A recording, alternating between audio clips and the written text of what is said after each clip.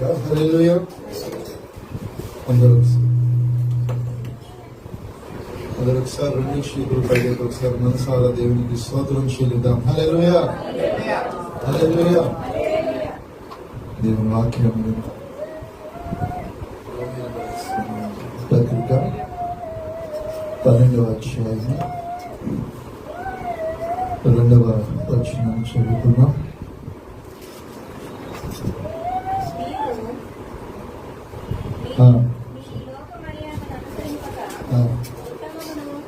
ఉత్తమమును అనుకూలమును సంపూర్ణమునైన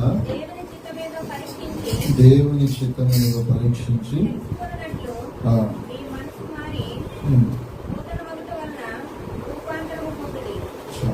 ఇక్కడ ఈ రోమీయులకు రాసినటువంటి 12వ అధ్యాయం ఈ 2వ వచనంలో చక్కటి మాటను తెలియజేస్తూ ఈ లోక మర్యాదను మనం ఏం చేయకుండా అనుసరింపక పుట్టినట్లో రాయబడతా ఉంటుంది. ఈ లోకం యొక్క అడుగు చాలలో వాటిని అనుసరించక అని సంబోధిస్తూ సంపూర్ణమైన దేవుని చిత్తం ఏదో పరీక్షించి తెలుసుకున్నట్లు మీ మనస్సు మారి నూతన మగుట వలన రూపాంతరము పొందింది. ఈరోజు దేవుని వాక్యం యొక్క టాపిక్ దేవుని చిత్తం ఏమిటి అని తెలుసుకుంటా మీకు తెలియజేస్తాను. ఇక్కడ వాక్యం అంటుంది కదా, ఈ లోక మర్యాదను అనుసరింపక అంటే ఈ లోకంలో ఉన్నదంతా కూడా వాక్యం ఏమంటుంది, శరీరాశ, నేత్రాశ, శివపు డమ్మము. ఈ లోకము దాని ఆశ ఏమవుతుందంట, గతించిపోతుంది. ఆయన చిత్తము జరిగించేవాడు ఏమవుతాడంట, నిరంతరము నిలిచేటటువంటి సియోను కొండవలె నుండురు అనే లేఖనము సెలవిస్తూ ఉంటుంది. ఈరోజు దేవుని బిడ్డలంగా ప్రభుని ఆరాధిస్తున్న మన జీవితాలలో ఈ లోకము యొక్క మర్యాద, ఈ లోకము యొక్క ఒకట, ఈ లోకము యొక్క ఉద్దేశం, ఈ లోకము యొక్క ఆచారం, ఈ లోకము యొక్క పరిస్థితులలో మన జీవిత ప్రయాణాలు ఏం చేయకూడదంట, నడవడానికి దేవుడు ఇష్టపడట్ల. ఆయన చిత్తం ఏమిటి? ఈరోజు మనము చాలా వాటికి తెలుసుకోవాలి. దేవుని చిత్తం ఈ లోకములో, ఈ లోక కార్యాలలో, ఈ లోకపు అడుగు చాడల్లో ఎవరు కనబడకూడదు, దేవుని బిడ్డల యొక్క జాడ అనేది కనబడకూడదు. ఎందుకంటే ఈ లోకము మానవుని ఏం చేస్తుందంటే రకరకాలైనటువంటి రంగుల వలయము చేత ఆకర్షించి మైమరిపించి ఈ లోకము యొక్క పోకట్లో మానవ జీవితాన్ని ఏం చేస్తుందంట, మరుగు చేస్తుంది. మరుగు చేయటం అనగా ఈ లోక సంబంధమైన ఆచారాలు, ఈ లోక సంబంధమైన పద్ధతులు, ఈ లోక సంబంధమైన కార్యక్రమాలు, ఈ లోక సంబంధమైనటువంటి అలవాట్ల చేత మానవ జీవితాన్ని ఎక్కడికి తీసుకువెళ్తుందంటే పతనమైనటువంటి పరిస్థితికి తీసుకువెళ్తుంది. కాబట్టి అందుకే దేవుని చిత్తం దేవుని బిడ్డల పట్ల, దేవుని కుటుంబాల పట్ల, దేవుని ఆరాధిస్తున్న వారి జీవితాల్లో నెరవేర్చబడినట్లుగా దేవుడు అంటున్నాడు. ఆయన చిత్తం ఏమిటో మనం ఏం చేయాలంట, తెలుసుకోవాలి. దేవుని చిత్తం ఏమిటి? ఈ లోక మర్యాదను అనుసరింపక. చెప్పండమ్మా, ఏమని అనుసరించకూడదు? గట్టిగా చెప్పాలి. ఏ మర్యాద? ఈ లోక మర్యాదలు దాటే కదా ఎక్కడికి వచ్చాం మనము, ప్రభు అయిన యేసయ్య గౌరీ ఎదుటికి వచ్చాం. ఈ గౌరీ ఎదుటికి వచ్చిన మన జీవితాలు ఇంకా లోకం మీద మచ్చుక, ఇంకా లోకం మీద ప్రేమ, ఇంకా లోకం మీద ఆశ పెట్టుకుంటే మన రక్షణకైనా విలువ ఉందా? మన రక్షణకు ఏదైనా సార్థకత ఉందా అంటే ఏమాత్రము లేదు. ఈ లోకాన్ని దాటి, ఈ లోకపు కార్యాలను దాటి, ఈ లోకపు అలవాట్లను దాటి, ఈ లోక కార్యాలు విడిచిపెట్టే కదా యేసు క్రీస్తుని ఎవరిని చేసుకున్నామో సొంత రక్షకుడిగా చేసుకున్నాక ఈ లోకముతో మనకున్న అనుబంధము లోకముతో అంటే లోకములో మనుషులతో కాదు, లోకములో మిమ్మల్ని పాపం వైపు, ఈ లోక సంబంధమైన కార్యాల వైపు మిమ్మల్ని ఆకర్షించేటటువంటి ఆ వ్యర్థమైనటువంటి వాటితో మీ జీవితాలు ఏమవ్వాలంట, కట్ అయిపోవాలి. ఎందుకంటే వ్యర్థమైన ఆలోచనలు, వ్యర్థమైనటువంటి తిరుగుళ్ళు, వ్యర్థమైనటువంటి కార్యాల చుట్టూ తిరిగే వ్యక్తులతో బంధము, నీ స్నేహము, నీ ఆలోచన ఏమైపోవాలి? కట్ అయిపోవాలి. అంటే ఈ శరీరానుసారమైనటువంటి కార్యాలన్నీ కూడా యేసు క్రీస్తు ప్రభుల వారిని ఎప్పుడైతే అంగీకరించామో, ఎప్పుడైతే ఆయన నా రక్షకుడు, ఆయనతోనే నా జీవితము అనే ఒక అనుబంధాన్ని మనము ముడిపరుచుకున్న తర్వాత ఆయనతో కలిసి మనం బ్రతకడానికి ఏం చేయాలంట? ఇష్టపడాలి. హల్లెలూయా. అందుకే అంటున్నాడు, దేవుని చిత్తం ఏమిటో మనం ఏం చేయాలంట? పరీక్షించి తెలుసుకోవాలి. ఎందుకంటే ఈ లోకంలో, లోక కార్యాలలో, లోక అలవాటులలో, లోకపు యొక్క పాకెట్లో ఉంటే దేవుని చిత్తం మన పక్షాన తెలియపరచబడటానికి ఏమాత్రము ఏముండదంట? అవకాశం ఉండదు. దేవుడు బైబిల్లో దావీదుని గురించి ఒక మాట అంటున్నాడు. దావీదు ఏమన్నాడు? నా చిత్తానుసారుడు. ఎవరిని గురించి? దావీదుని గురించి. ఆ మాట చెప్పడం చాలా గొప్ప విషయం.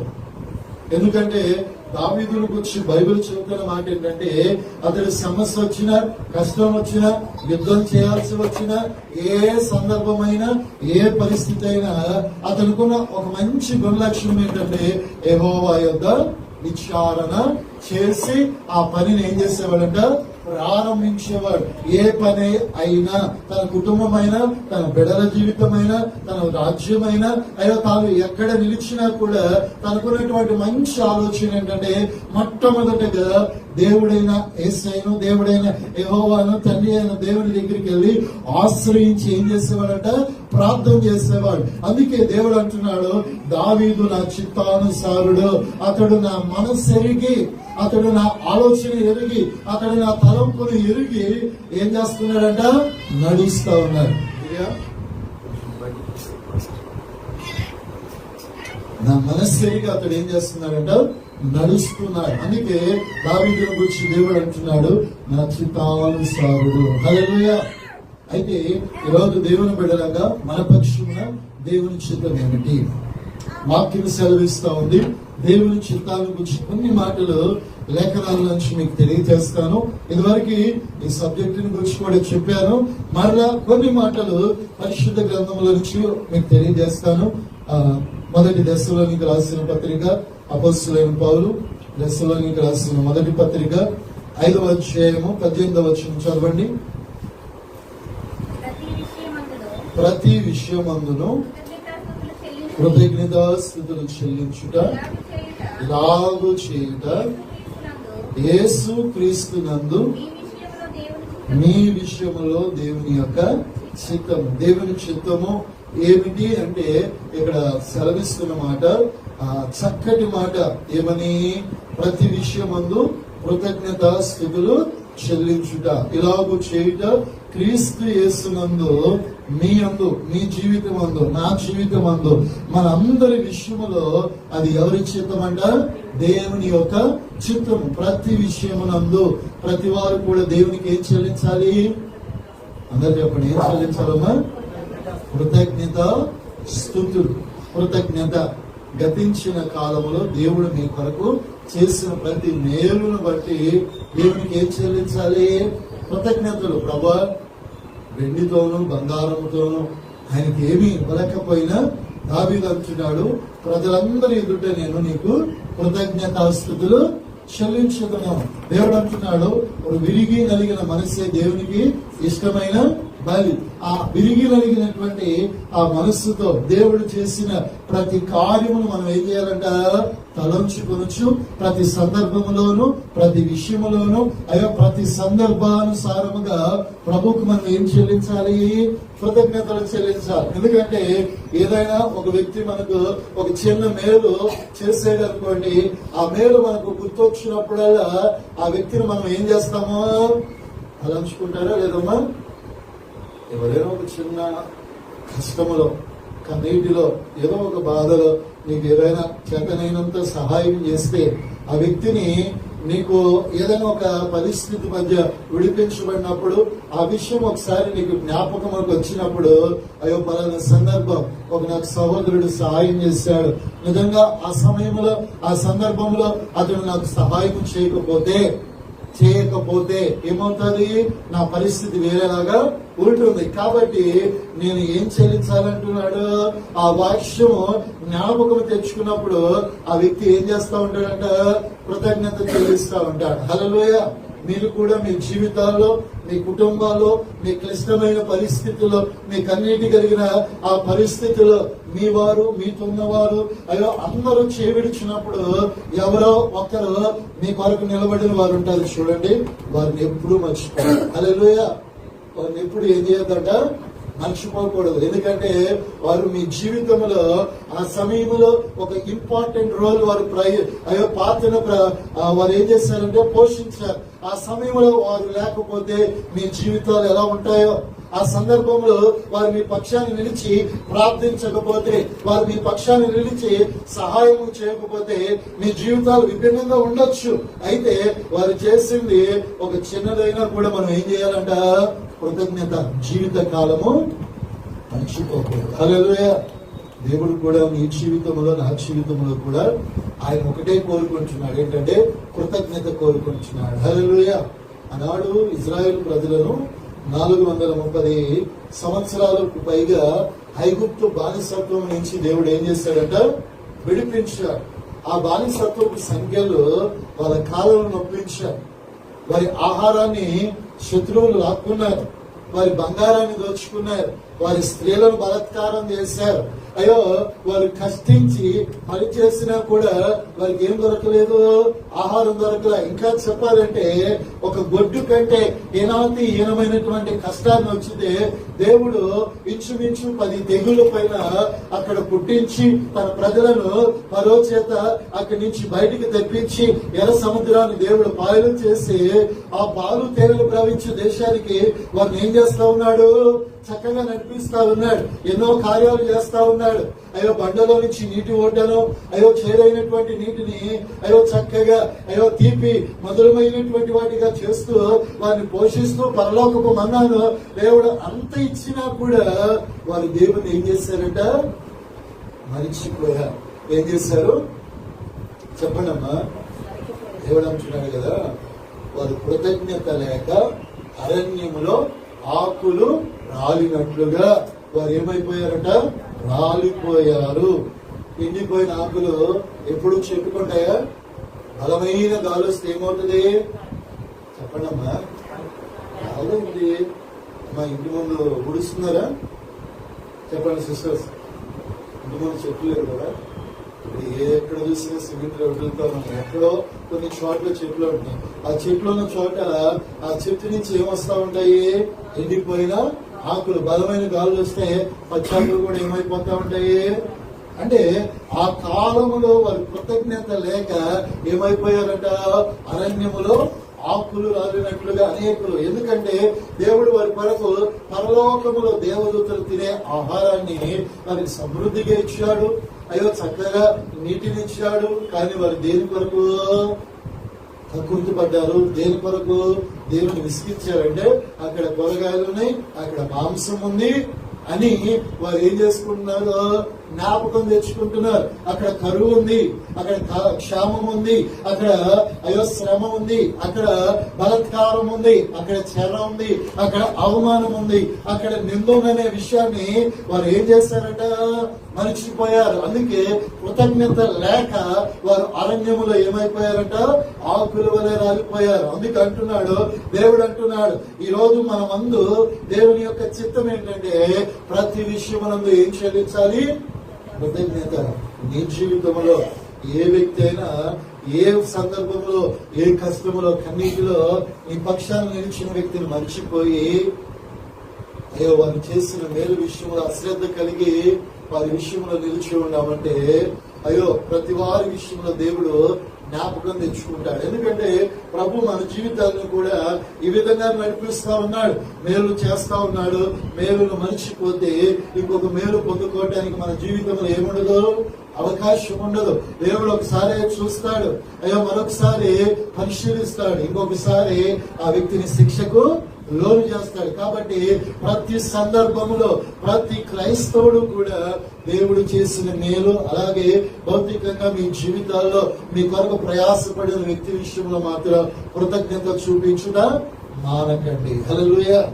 మంచిలో వచ్చిన వ్యక్తులు ఆలోచనలు తలంపులను బట్టి ఇతరులను మర్చిపోతే ప్రభుకి ఏం చెప్పాలి? లెక్క అప్పచెప్పాలి. అందుకే ప్రతి విషయంలో కృతజ్ఞతాస్తుతులు చెల్లించుట దేవుని యొక్క చిత్తం. ఇంకొక మాట మనం చదువుకుందాం. అలాగే మొదటి దశలోనిగా అదే 4వ అధ్యాయము 3వ వచనం చదవండమ్మా. మీరు పరిశుద్ధులగుటే అనగా జారత్వములకు దూరముగా ఉండితే దేవుని యొక్క చిత్తము. ఒకటి కృతజ్ఞతాస్తుతులు చెల్లించుచు ప్రభు ఎదుట నిలుచుట దేవుని చిత్తము. రెండవదిగా పరిశుద్ధులగుట. ఈ లోక సంబంధమైన చారత్వము, ఏమైన ఆలోచన, కామ, క్రోధ, మద, మత్సరత అనేటటువంటిది ఏది కూడా మన జీవితాల్లో ఏం చేయకూడదంట?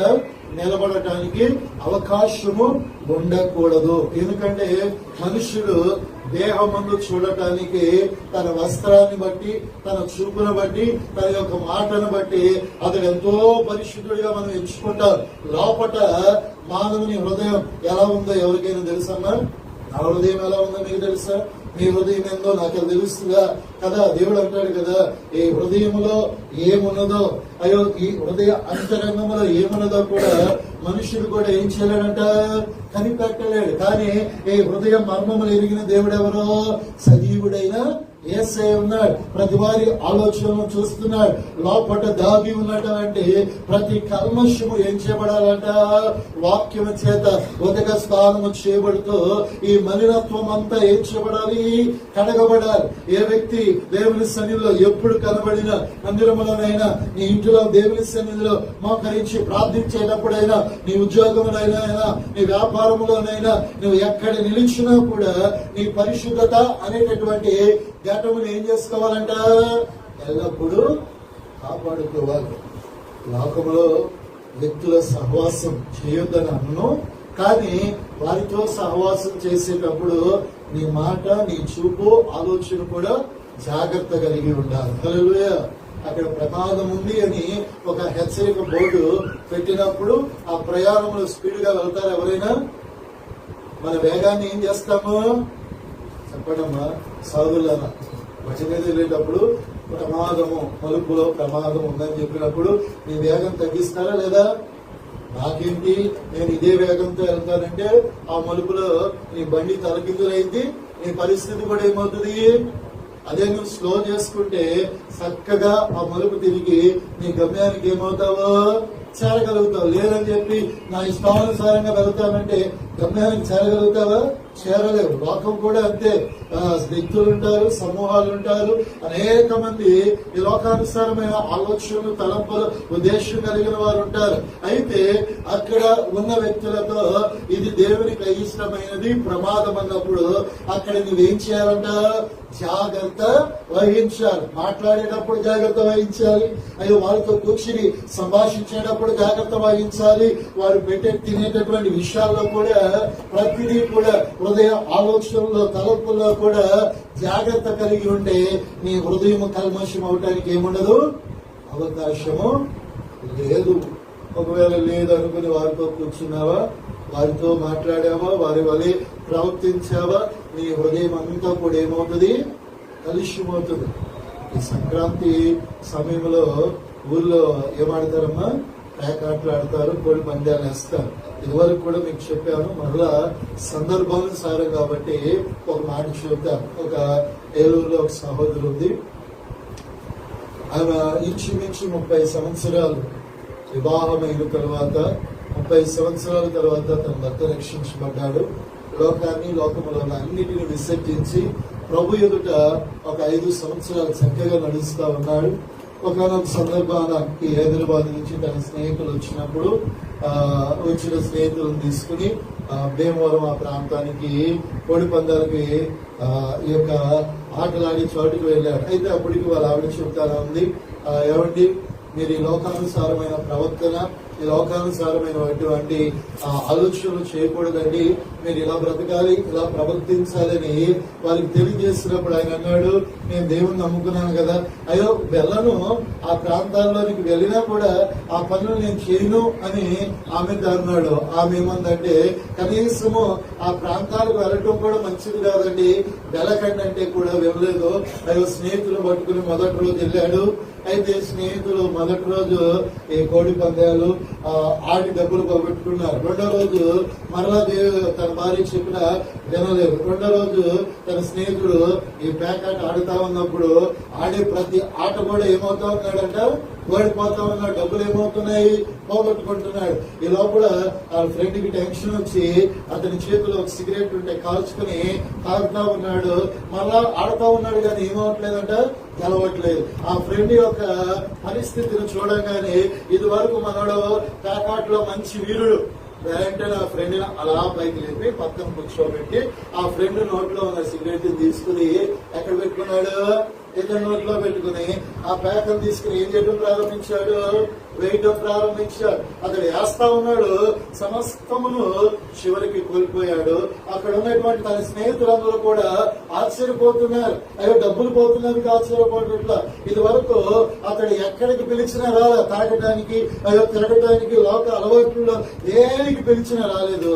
ఒక్కసారి ఈ సహవాస దోషాన్ని బట్టి వారితో కలిసి వెళ్ళాడు. 5 సంవత్సరాల దేవుని రక్షణను ఒకే దెబ్బతో ఏం చేశాడంట చూడండి. కొన్ని ప్రాంతాల్లోనికి వెళితే అమ్మవారిని మనం ఏం చేస్తాడంట, మెల్లగా ఏం చేస్తాడు, ఆకర్షించేస్తాడు వాళ్ళ ఆలోచన చేత. అపవిత్రత అప్పటి వరకు ఈ సిగరెట్ తాగుడు, జోదం ఇవన్నీ విడిచిపెట్టిన వాడు ఒక్కసారి అక్కడికి వెళ్ళాడు. మొదటి రోజు తప్పించుకున్నాడు అనుకున్నాడు, రెండో రోజు తాగాడు, అయ్యో ప్యాకాట్ లో కూర్చున్నాడు. ఇప్పటి వరకు కూడా అతని బ్రతుకు మారలేదు. చూసావా, ఒకసారి పాపం పట్టుకుంటే మానవుని జీవితాన్ని ఎక్కడి దాకా తీసుకెళ్తుందంట, మరణ అవస్థలోనికి తీసుకెళ్తుంది.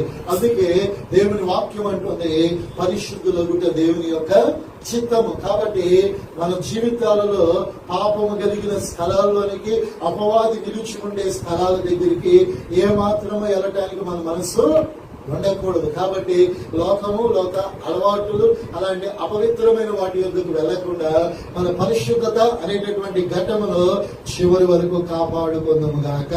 అదే మొదటి దశలోనిగా అదే 4వ వచనం చదువుదాం. అక్కడే వ్రాయబడుతుంది ఇంకొక మాట, మీలో ప్రతివాడును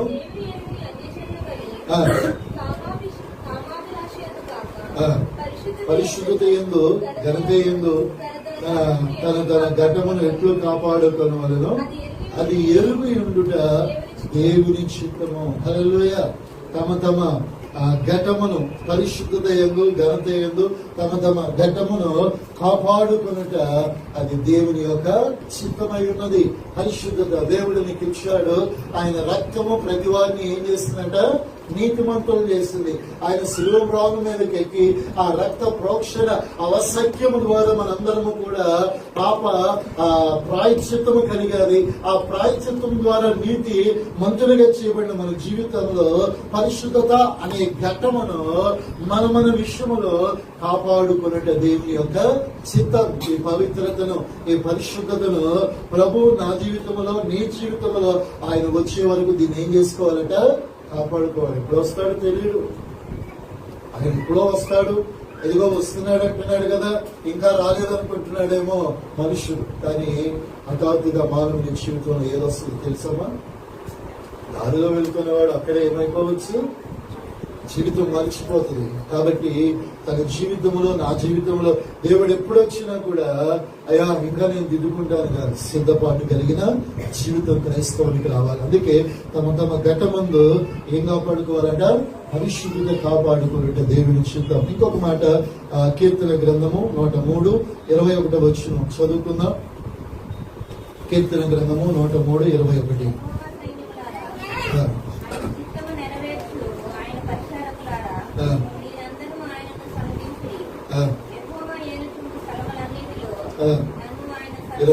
చూడమ్మా, యెహోవా సైన్యములారా ఆయన చిత్తము నెరవేర్చు, ఆయన పరిచారకులారా మీరందరూ ఆయనను ఏం చేయాలంట, సన్నుతించ దేవుని చిత్తము నెరవేర్చే ప్రతి వారు మన నోట ఎల్లప్పుడూ కూడా దేవుని ఏం చేయాలట? సన్నుతించుట, స్తుతించుట, ఘనపరుచుట, ఆరాధించుట మన నోట ఎల్లప్పుడూ కూడా ఏమై ఉండాలట? దేవుని చిత్తమై ఉన్నది. ఆయన మనల్ని ఏర్పరుచుకునేటువంటి ఉద్దేశము, ఆయన మనల్ని పిలుచుకున్న ఉద్దేశములో ప్రాముఖ్యత, నేను నా నిమిత్తము నిర్మించిన నా జనులు నాకేం చెల్లించేదరట? స్తోత్రము చెల్లించదని యెషయా గ్రంథంలో రాయబడినట్లుగా ఈరోజు దేవుని చిత్తం ఏమిటి అంటే ఎల్లప్పుడూ మన నోట ఆయనను సన్నుతించే వారముగా ఉందము గాక. ఎల్లప్పుడూ ఎవరిని సన్నుతించాలమ్మా? మన దేవుణ్ణి సమయమందున అసమయమందున ప్రతి పరిస్థితుల్లో దేవుని ఏం చేయాలి? సన్నుతించుట, స్తుతించుట, ఆరాధించుట, ఘనపరచాలి. ఇప్పుడు మనకి సమయం దొరికితే మనం ఏం చేస్తాం చెప్పండి? మనకి సమయం దొరికితే మన చేయి ఎక్కడికి వెళ్ళిపోయింది? ఫోన్ దగ్గరికి. మన మనసు ఎక్కడికి వెళ్ళిపోయింది? పలానా వ్యక్తులు మనతో ఉన్నారు, వాళ్ళకి ఫోన్ చేద్దాం. ఒకవేళ లేదు అనుకోండి, మన చుట్టుపక్కల ఎవరైనా మన అనుకున్న వాళ్ళు ఖాళీగా ఉంటే వాళ్ళ దగ్గరికి వెళ్ళిపోయి ఏం చేస్తాము? కాసేపు కూర్చుని ముచ్చటిస్తూ ఉంటాం. మన సమయం ఫోన్ దగ్గర, మన సమయం ఎక్కడైనా వృధా అయిపోతుంది? వ్యక్తుల దగ్గర. మనకు సమయం దొరికినప్పుడు మనం ఏం చేయాలి? సన్నుతించుట, దేవుని మానక మనం ఏం చేయాలట? స్తుతించాలి. ఎందుకంటే ఈ సమయము చాలా విలువైనది. ఎందుకంటే సమయము కొంచెమే అని ఎరిగి అపవాది ఏం చేశాడట? గర్జించు సింహము వలె ఈ భూమి మీదకు దిగి వచ్చి ఎవరిని మింగుదనా అని వాడు ఏం చేస్తున్నాడట? ప్రయాణం చేస్తూ ఉన్నాడు. కాబట్టి అపవాది తంత్రములు ఎరిగిన మనము వాడికి మన జీవితాల్లో ఏమి ఇవ్వకూడదు? చోటు ఇవ్వకూడదు. చాలా మంది వ్యక్తులను, యవనస్తులు కావచ్చు, నడిప్రాయం కావచ్చు, పెద్దవారిని కావచ్చు, చిన్నవారిని కావచ్చు, అపవాది ఏం చేస్తున్నాడంటే పాపములో పడవేసి మరణానికి లోబరుచుకుని వాడిని అపవిత్రులుగా చేస్తూ లోకములో వారి జీవితాలను మధ్యలోనే ముగించేస్తుంది ఎవరో? అపవాది. ఎందుకంటే వాడికి సమయం కొంచెమే. ఎందుకంటే అయ్యో ఈ లోకము నేనే రారాజు యొక్క రాకడ అయ్యో సంసిద్ధమైంది కాబట్టి వాడు వేగంగా బలంగా లోకంలో పనిచేస్తున్నాడు. వాడి సమూహాన్ని ప్రేరేపిస్తున్నాడు, వాడి సమూహాన్ని నడతా ఉంటున్నాడు. వాడి సమూహం ఏం చేస్తుందంట? బలంగా దేవునికి విరోధంగా, దేవుని పనికి విరోధంగా, దేవుని పరిచర్యకి విరోధంగా, దేవుని వాక్యానికి విరోధంగా, దేవుని మాటలకు విరోధంగా వాడు లేచి పని జరిగిస్తా ఉన్నప్పుడు జ్ఞానము కలిగిన క్రైస్తవుడు దేవుని చిత్తము ఎరిగి వారికి సమయం దొరికినప్పుడల్లా వారి కుటుంబంలో, వారి ఇంటిలో, వారి నిలిచిన ప్రతి స్థలములలో దేవుని స్తుతించే వారం అయ్యుందముగాక. నీ స్తుతి నీ స్థితిగతులను మార్చునుగాక. నీ స్థితి నీ కుటుంబానికి కట్టది.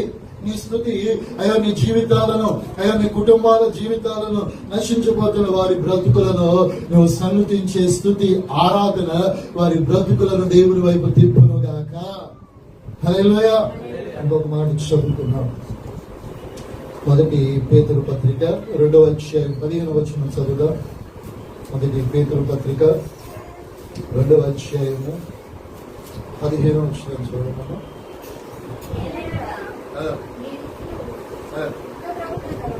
యుక్త ప్రవర్తన గలవారై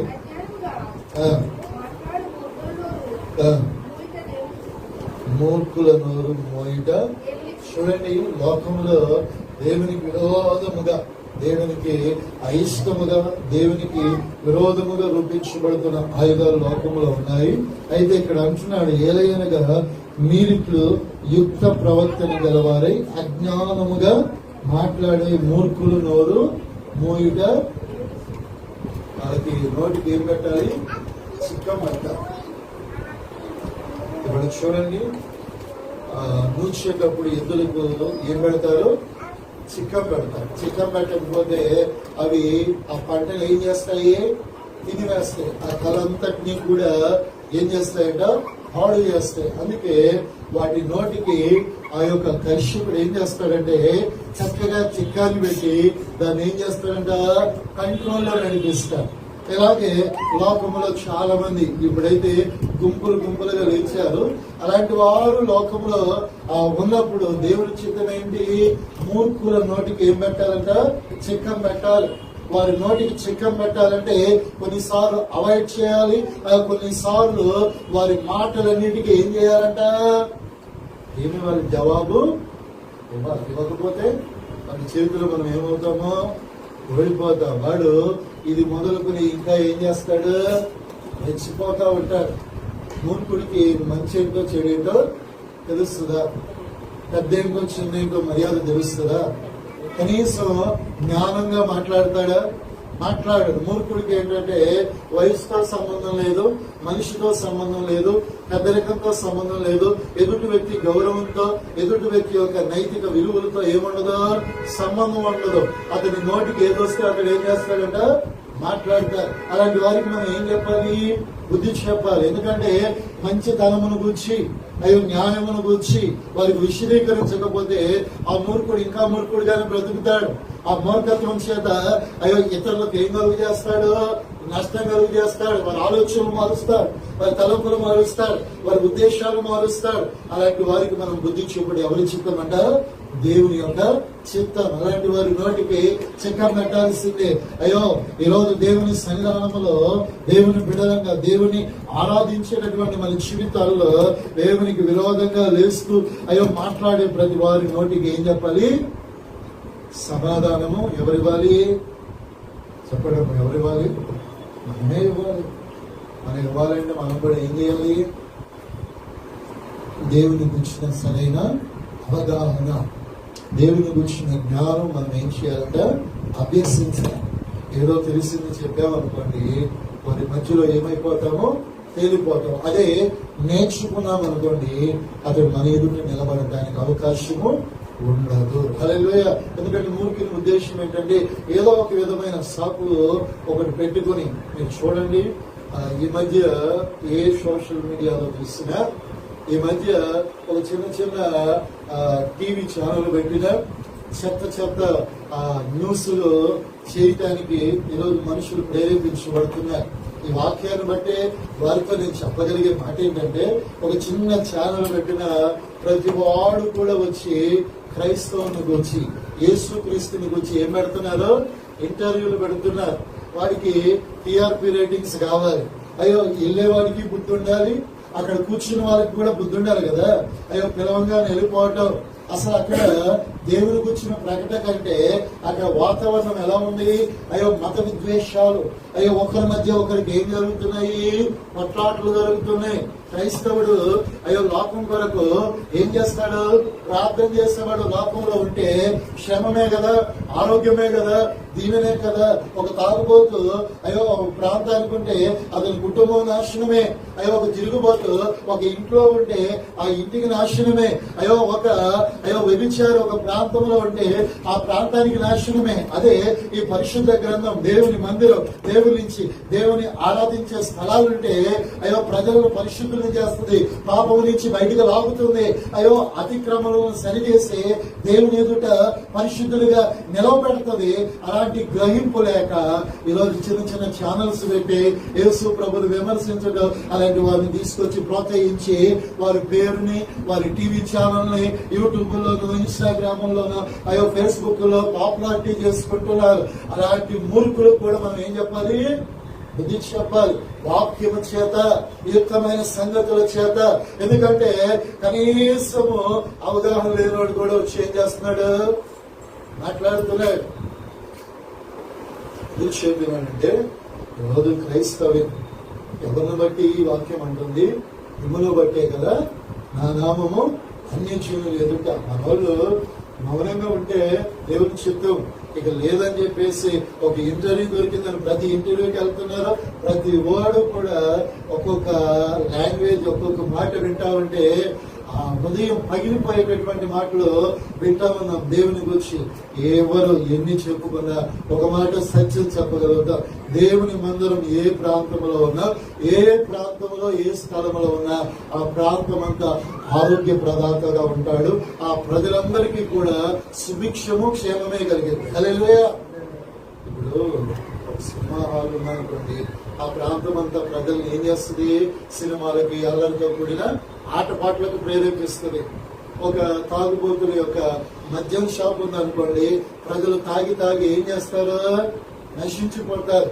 అదే మందిరము ఒక స్థలంలో ఉందనుకోండి, ఆ మందిరం ఏం చేస్తుంది, ఆ చుట్టుపక్కల పాడైపోయిన బ్రతుకులన్నిటినీ కూడా ఆ సేవకుడు అక్కడ దేవుని మందిరానికి వచ్చి వాళ్ళు దేవుని ప్రేమను పంచుతా ఉంటే తాగుబోతులు మారుతారు, దొంగలు మారుతారు, చోదగాలు మారుతారు, వ్యభిచారులు మారుతారు. అయ్యే లోకంలో ఉన్న అందరూ కూడా ఏమవుతారంట, మారుతారు. మందిరాలు ఎక్కడ ఉన్నా కూడా ఆ ప్రజలు బ్రతుకులు మారుతాయి.